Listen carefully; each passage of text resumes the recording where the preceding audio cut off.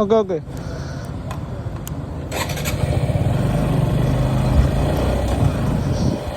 এখানে সন্দেহজনকভাবে বাইকগুলো চেক করে, জানি না আমারে কেন দাঁড় করাইলো, বাট আমাদের চেক করলো, জিজ্ঞাসা করলো আমি কোথা থেকে আসছি। আমি বললাম যে আমি চাঁদপুর থেকে আসছি, এরকম আমি 4-5 দিনের ট্যুরে পেরেছিলাম। পরে জিজ্ঞাসা করলো যে মেরিন ড্রাইভ রোডে কোথায় গিয়েছিলাম। আমি বললাম যে আসলে আমি ইনানি বিচ গিয়েছিলাম। এই আর কি বুঝলাম। বেসিক্যালি চেক করে না, বাট আবার কিছু কিছু গাড়ি চেক করে।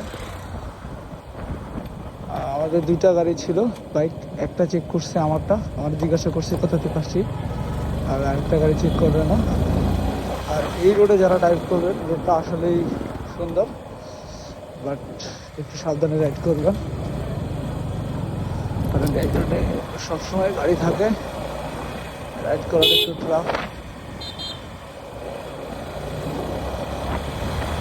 সাবধানে রাইড করবেন।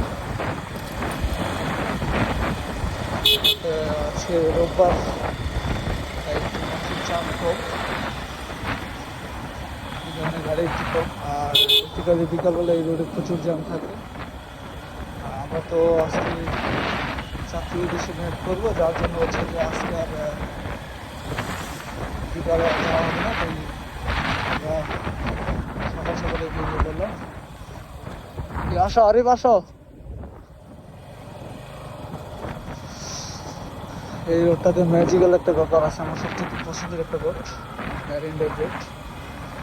এই রোডটার ম্যাজিক্যাল ব্যাপারটা হচ্ছে যে এই রোডটাতে এক পাশে সমুদ্র, এক পাশে হচ্ছে যে বিচ, আসলে অসাধারণ।